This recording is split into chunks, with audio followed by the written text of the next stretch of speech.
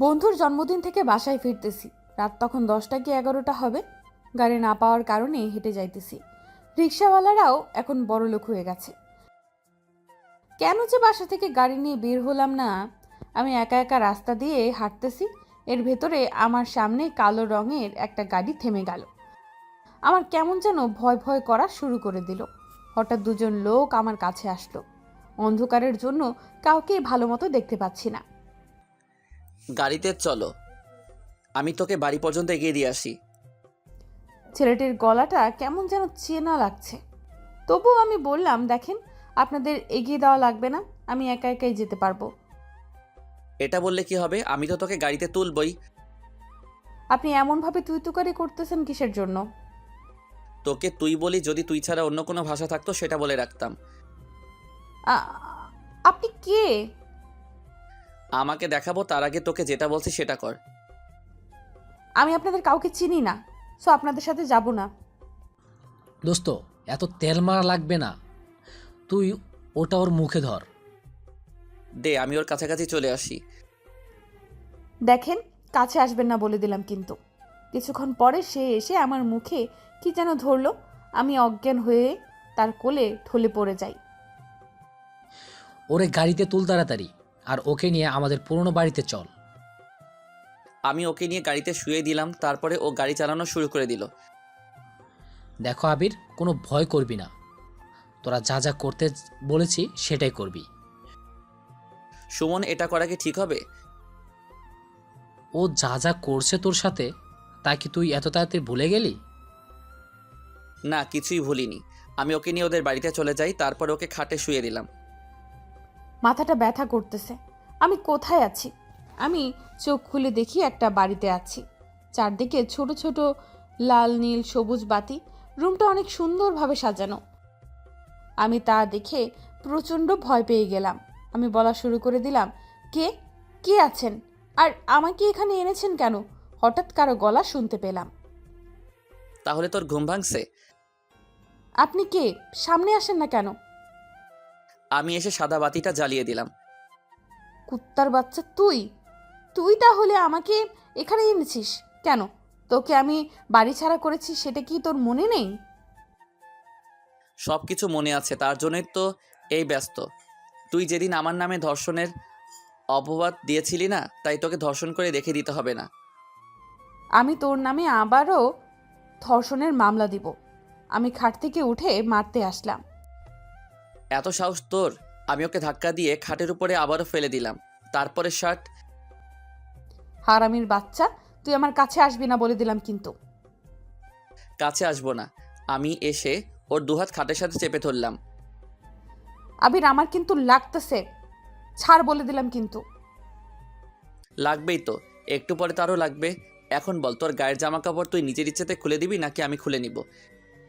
তোর মা বাবা কি তোকে শিক্ষা দেয়নি? তুই একটু এখান থেকে বের হতে দে, তারপরে তোকে এই গ্রাম ছাড়া করব, সাথে তোর বাবা মাকেও। একদম আমার মা বাবা নিয়ে কথা বলবি না। তুই আমার সাথে কি করেছিস সেটা তুই ঠান্ডা মাথায় একটু ভাব। তুই ভিখারির বাচ্চা, তোর সাথে যা করেছি ভালোই করেছি। আবির, ছাড় বললাম কিন্তু। একবার যদি হাতটা ছাড়িস, তোকে আমি কি যে করব সেটা আমি নিজেও জানি না। আমি ওর হাত ছেড়ে দিলাম। ও আমাকে মারতে উঠে যায়, অমনি আমি ওর হাতটা ধরে ফেললাম। শোন, এত কয়দিন তোর দিন ছিল, এখন থেকে শুরু হবে আমার দিন। তোর সব অত্যাচার এতদিন আমি মুখ বুজে সহ্য করে নিয়েছি, কিছুই বলিনি। আবির, আমাকে বাড়িতে যেতে দে। হা হা হা, বাড়িতে যাবি? যা না। আমি উঠে মোবাইলটা বের করলাম। সেটা দেখে ও আমার মোবাইলটা জোরে আছাড় মারলো। তুই আমার মোবাইল ভাঙলি, কুত্তার বাচ্চা! আর কিছু বলতে পারলাম না। তার আগেই ও আমাকে খাটের উপরে ফেলে দিয়ে আমার উপরে উঠে পড়ে। কিছুক্ষণ পরে ওর ঠোঁটের সাথে আমার ঠোঁট এক করে দিল। আমি ছাড়ানোর জন্য অনেক চেষ্টা করতেছি, কিন্তু পারতেছি না। অনেকক্ষণ পরে ও আমাকে ছেড়ে দিল। তাই আমাকে কিস করছিস কেন, কুত্তার বাচ্চা? এত গালি দিস না। যত গালি দিবি তত তোর কষ্ট সহ্য করতে হবে। তোকে যদি আমি ফাঁসিতে ঝুলাতে না পারি তাহলে আমি ফারজানা না। এখান থেকে আগে তো বাসায় ফিরে নে, তারপরে ভাববি এসব কথা। এখন আমি যেটা বলি সেটা কর। তুই সব কিছু খুলবি নাকি? আমি তোকে এসব কিছুই করতে দিব না। তাহলে দেখি আমারই জোর করে খুলতে হবে। দেখ আবির, আমি কিন্তু ভালোই ভালোই বলতেছি, তুই কিন্তু বাঁচতে পারবি না। আগে বল, তুই আমার সাথে এমন কেন করলি? তোকে তো আমি ভালোবেসেছিলাম। তুই ভিখারির বাচ্চা, তোর সাথে এটা করা ছাড়া কি করব? তবে দেখে এই ভিখারির বাচ্চার কাজ আমি ওর জামা এক টান দিয়ে খুলে ফেললাম।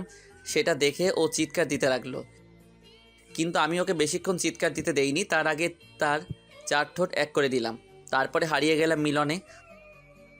আমি ব্যথায় চিৎকার করতেছি। আবির, আমার অনেক কষ্ট হইতেছে, ছাড় আমাকে।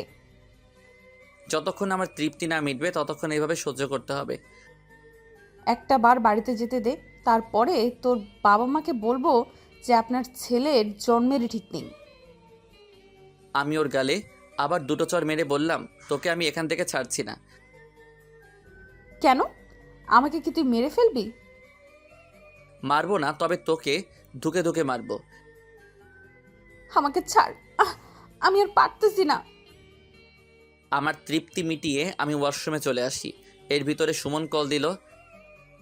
কাজ কত দূর? কাজ শেষ হয়েছে। তুই কি কাজী সাহেবকে নিয়ে এসেছিস? আর ফারজানার জন্য কিছু শপিং এনেছি, ওগুলো তুই এখান থেকে নিয়ে যা। আমি ফ্রেশ হয়ে ওদের কাছে থেকে শপিংয়ের ব্যাগ নিয়ে আসলাম। তারপরে ফারজানার কাছে চলে আসি। এসে দেখি ও কাঁদতেছে। আমার সারা শরীর ব্যথা করতেছে, আমি কি করব বুঝতেছি না। আমাকে যেভাবেই হোক না কেন এখন এখান থেকে বের হতে হবে। ও এটা আমার সাথে কি করলো? সব কিছুর প্রতিশোধ নিব। ওকে যদি আমি টুকরো টুকরো করে নদীতে ভাসাতে না পারি তাহলে আমি ফারজানা না। এর ভেতর আবির এসে বলল, অনেক কাঁদছিস, এখন এগুলো পরে বিয়ের জন্য রেডি হ। তোর মতো হারামের বাচ্চাকে আমি বিয়ে করব? হাসালি। আমি কিন্তু তোকে এগুলো পড়তে বলেছি, তাহলে আমি কি করতে পারি সেগুলো তো একটু আগে দেখেছিস। মরে গেলেও তোকে আমি বিয়ে করব না। আমি গিয়ে ওর চুল টেনে ধরে বললাম, বিয়ে করবি না মানে? আবির ছাড়, আমি কিন্তু চুলে ব্যথা পাচ্ছি। 10 মিনিটের মধ্যে এগুলো সব পরে নিবি। আমার কথা আমি তোকে আগেই বলে দিয়েছি, আমি তোকে বিয়ে করব না। এতে যদি তুই আমাকে মেরেও ফেলিস। বিয়েতে রাজি না বানাতে পারলে বড় একটা মুশকিল হয়ে যাবে। হঠাৎ আমার মাথায় একটা বুদ্ধি আসলো। তুই বাড়িতে যাবি না? আচ্ছা যা, তবে যা কাপড় ছাড়া যাবি। তুই তো এতটা বাজে ছিলি না, তুই এখন এত বাজে হয়ে গেছিস। শোনে, বাজে বানানোর কারণটা শুধু তুই। তুই আমার সাথে এমন কোনো কাজ নেই যে করিসনি। অপমানের পরও অপমান করেছিস। আমার মনে মনে একটা বুদ্ধি আসলো, তোকে আমি বিয়ের স্বাদ চিরতরের জন্য খুঁচিয়ে দেব। এখান থেকে আমি যাব ঠিকই, তবে তোর রক্ত দিয়ে গোসল করে যাব। আমি ওর কাছ থেকে শাড়ি নিলাম, পরে ওয়াশরুমে যাই, তারপরে ফ্রেশ হয়ে ওর কাছে আসি। ওকে বউয়ের সাথে অনেক সুন্দর লাগতেছে। মেয়েটির চোখ দুটো এত মায়াবী, তবে ওর ভিতরে কেন এত অহংকার?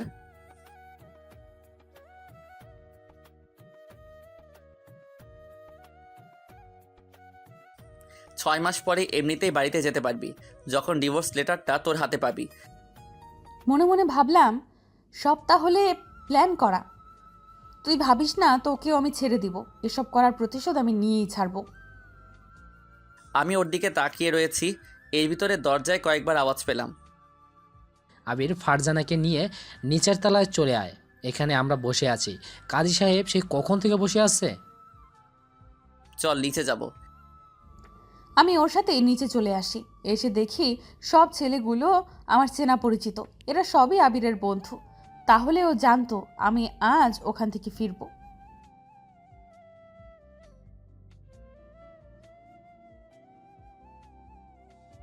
কিছুক্ষণ পরে কাজী সাহেব বিয়ে পড়ানো শুরু করে দিল। এর ভিতরেই কাজী সাহেব আমাকে 3বার কবুল বলতে বলল। আমি বলে দিলাম।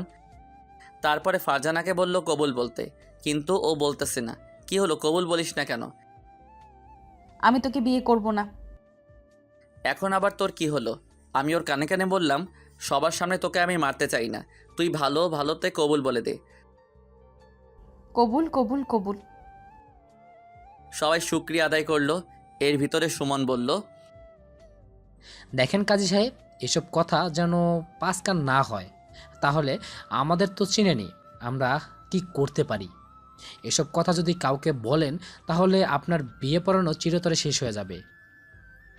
কাজী সাহেব ভয় পেয়ে বলল, ঠিক আছে, কেউ জানবে না। তাকে কিছু টাকা দিয়ে বাড়িতে পাঠিয়ে দিল।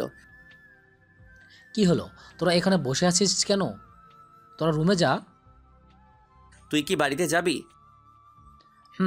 এই নে চাবি, এখানে কেউ আসে না আমি ছাড়া। এখন তোরা গিয়ে যেটা করার সেটাই কর। আচ্ছা তুই যা তাহলে। সুমনও আমার সব বন্ধুরা চলে গেল। এর ভিতর আমি বললাম, চল খাটে যাব। জোর করে বিয়ে করছো, আর বিয়ের আগে তুই আমার সাথে ওসব করেছিস। এখন কি আমি তোকে আমি লক্ষ্মী বাবু বলে মেনে নিব? শোন, আমি এই বিয়েতে কোনোদিনও রাজি না, আর তোকে আমি কোনোদিনও মানব না। আমারও তো তোকে প্রয়োজন নেই। আমি শুধু তোকে বিয়ে করেছি একটা কারণে, শুধু তোর দেমাগ আর অহংকার ভাঙবো বলে। তোকে আমি একসময় অনেক ভালোবাসতাম, এখন শুধু তোর প্রতি আমার ঘৃণা আর ঘৃণা। চল খাটে চল, অনেক রাত হয়ে গেছে। আমি অন্য রুমে যাই। শোন, তুই আমার এখন বিয়ে করা বউ, সো তুই এখন আমার সব কথা শুনে চলবি। শুনবো তো, সবই শুনবো, যখন তোকে চিরতরে ঘুমিয়ে দিতে পারবো তখন। আর তুই ভাবছিস কি আমি তোকে কিছুই করতে পারবো না? এগুলো আমি মনে মনে ভাবতেছি। এর ভেতর আবির আমাকে টেনে খাটে নিয়ে আসলো। আবির শরীরটা প্রচুর ব্যথা, আমি পারবো না আর। সেটা বললে তো হবে না, যেহেতু আমরা এখন বর বউ, ওসব তো এখন করতেই পারি। আর আজকে আমাদের বিয়ে হয়ে গেছে, তো তাই তোর বর চাই তোকে আদর করতে। ও এসে আমাকে জড়িয়ে ধরলো। কেন খারাপ লাগে? আমার আদর কি তোর ভালো লাগে না? আমি না তোর বর? এতে হয়তো সারা জীবন স্বপ্নই থেকে যাবে, কোনোদিনও পূরণ হবে না। আমি এসে ওকে খাটের উপরে চেপে ধরলাম। তারপরে যেটা হওয়ার সেটা হয়ে গেছে। ফারজানা কাঁদতে কাঁদতে কাঁদলেও আমার কি, সেদিন আমিও এমনভাবে কাঁদছিলাম যখন ও আমার নামে চাচাকে এটা ওটা বানিয়ে বলেছিল। ওর চোখ দিয়ে পানি পড়তেছে, তাই আমি বললাম, একদম চুপ, একটু কাঁদবি না। আমার অনেক ঘুম পাইছে, আমি ঘুমাবো। আবির আমাকে বাড়িতে দিয়ে আয়, আমি এখানে থাকলে মরে যাব। এত তাড়াতাড়ি? আর অনেক কষ্ট সহ্য করতে হবে তোকে। আমি আব্বুর সাথে কথা বলতে চাই, তারা আমার জন্য এখন চিন্তা করতেছে। আমি তোকে কথা বলতে দেই, আর তুই বলে দিবি যে আমি এখানে আছি। এখন যদি তুই সব কিছু বলে দিস তাহলে আমার তো প্রতিশোধটাই তো নেওয়া হবে না। আবির একটা বার কথা বলতে দে। চুপ কর, না হয় লাত্তি দিয়ে খাট থেকে ফেলে দিব কিন্তু। আমি চুপ হয়ে অন্য পাশে শুয়ে পড়লাম। শুয়ে শুয়ে ভাবতেছি কিভাবে ওকে খুন করা যায়। আমি এসব আনমনে চিন্তা করতেছি। ফারজানা ঘুমিয়ে পড়ল। আমি চেয়ে রইলাম ওর দিকে অনেকক্ষণ। ওর কষ্ট দেখে আমারই অনেক কষ্ট লাগতেছে। ও আমাকে ভালোবাসুক বা না বাসুক, আমি তোকে ভালোবাসি, তাই আমার অনেক কষ্ট লাগতেছে। এখন আসুন পরিচয় দেবার পালা। আমি আবির, মাস্টার্সে পড়তেছি। আমরা অনেক গরিব, আমি গরিব ঘরের একজন সাধারণ ছেলে। আর এতক্ষণ যার সাথে এত সব করলাম সে হলো অহংকারী একটা মেয়ে। সবচেয়ে বড় কথা হলো আমি ওর চাচাতো ভাই। আমি ওকে আমার জীবন থেকেও বেশি ভালোবাসতাম। ছোটোবেলায় আমি যখন ক্লাস 6-এ পড়ি তখন ও একদিন বলেছিল যে, তখন আমরা পুতুল খেলছিলাম দুজনে ভিতরে, ও বলল, আবির, এই পুতুল বাবুটা আমাদের দুইজনের। তখন আমি হাসি দিয়ে বলছিলাম, ছোট সময় এও বেশি অহংকারী ছিল না, অনেক ভালো ছিল। যখন আমরা এসএসসি পাশ করে কলেজে উঠবো সেই সময় ও পড়তে বাহিরে চলে যায়। সেই দিন অনেক কেঁদেছিলাম। যাকে এতটা ভালোবাসি তাকে ভালোবাসার কথাটা জানাতেও পারলাম না। ও যাবার পরে আমি প্রতিদিনই ওকে নিয়ে ভাবতাম আর ওকে নিয়ে ডায়েরি লিখতাম। এইভাবে কেটে যায় অনেকটি বছর। 7 বছর কেটে যায়। আমি এখন মাস্টার্সে পড়ি। আমি ওকে মাঝে মাঝে কল দিতাম কিন্তু ধরতো না। আমি ভাবতাম ও হয়তো পড়ালেখায় বিজি তাই কল রিসিভ করে না। আসলে ও লেখাপড়ায় অনেক ভালো। এইভাবে আরও অনেক দিন কেটে গেল। তখন 2020 সাল। একদিন রাতের বেলা ওকে নিয়ে ডায়েরি লিখতেছি আর ভাবতেছি, কবে তুমি আসবে? আমি তো তোমাকে না দেখে থাকতে পারতেছি না, খুব মনে পড়ে তোমাকে। এর ভিতরে আম্মু আসলো আমার কাছে। আবির, একটু আগে তোর চাচা আসছিল। ফারজানা কালকে বাড়িতে ফিরতে আছে, তাই তুই আর তোর চাচা ওকে এগিয়ে আনতে যাবি। ও আসবে সেটা শুনে আমার মনটা খুশিতে ভরে যায়। আমি আম্মুকে বললাম ঠিক আছে। আম্মু চলে গেল। পরের দিন আমি চাচা বাড়িতে এসে পড়ি। আস্তে উঠ গাড়িতে। আমি গাড়িতে উঠে পড়ি। কিছুক্ষণ পরে চাচা গাড়ি চালানো শুরু করে দিল।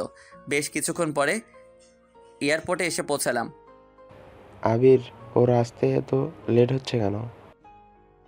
তুমি কোনো চিন্তা করো না, কিছুক্ষণ পরে এসে পড়বে। আমারও ওকে দেখার জন্য মনটা কেমন কেমন যেন করতেছে। অনেকক্ষণ পরে দেখতে পেলাম ফারজানা আসতেছে। আগের চেয়েও ও অনেক সুন্দর হয়ে গেছে। তাই আমি আর চাচা ওর কাছে দৌড়িয়ে গেলাম। আব্বু কেমন আছো? ভালো আব্বু। তুমিও জানো কেমন ওর সাথে ভিকিরির বাচ্চাকে নিয়ে আসা লাগে। ওর মুখে এই কথা শুনে চোখ দিয়ে 2 ফোঁটা পানি গড়িয়ে পড়ল। ও আজ আমাকে এটা বলে অপমান করবে সেটা আমি জীবনেও ভাবতে পারিনি। ফারজানা, এগুলো তুই কি বলতে আসিস? ও তো তোর চাচাতো ভাই। আমি ওকে চিনতে পেরেছি, তাই তো বললাম চলো বাড়িতে যাব। আব্বু আমাকে নিয়ে গাড়িতে বসে পড়ে। আবির, কি হলো? গাড়িতে বসতে আসিস না কেন? ও যাবে কোথায়? ও আমাদের সাথে যেতে পারবে না। ও গেলে আমি যাব না। তো ও যাবে কিসে? সেটা আমি জানি না। আমার একটা কথাই, ও আমাদের সাথে যেতে পারবে না।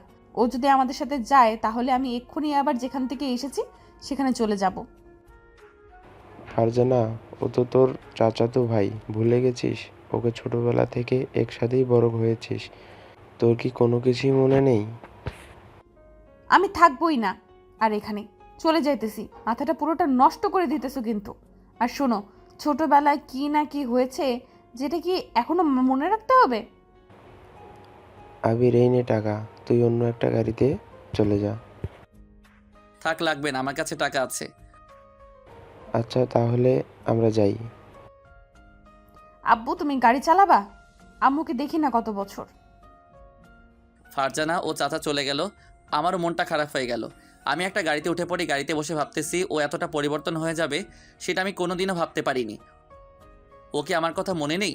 সব কিছুই কি ভুলে গেছে? আমি বাসায় এসে পড়ি। তারপরে শুয়ে শুয়ে অনেকক্ষণ কাঁদলাম। কিছুক্ষণ পরে আম্মু আসলো। আবির, ফারজানা এসেছে। আমি চোখ মুছে বললাম, হুম। কি হলো, তোর মন খারাপ নাকি? এমনভাবে কথা বলতেছিস কেন? আম্মু, আমরা কি সত্যি ভিখারি? কে বলেছে তোকে এসব কথা? আমি কিছুক্ষণ চুপ করে বললাম, ফারজানা। দেখ বাবা, ওদের পরিবার অনেক বড় আর আমাদের ছোট পরিবার। ওদের চেয়ে আমরা অনেক গরিব। আর ফারজানা তোকে এমন কথা বলেছে কেন? তুই কি ওকে কিছু বলেছিস? না আম্মু, একেবারে শুধু শুধু বলেছে। ওর সাথে তুই আর কোনো কথাই বলবি না। আম্মু, আমি কি ওর সাথে কথা না বলে থাকতে পারবো? আমি তো ওকে ছোটবেলা থেকেই ভালোবেসে এসেছি। কি বলো? এসব আগে তো বললি না। দেখ বাবা, ওরা অনেক বড় লোক, আমাদের পরিবারের সাথে যাবে না। এটা বলে আম্মু চলে গেল। আমি মনে মনে বলতে লাগলাম, আমি কি ওকে ভুলতে পারবো? আমি বাসায় এসে ফ্রেশ হয়ে নিলাম।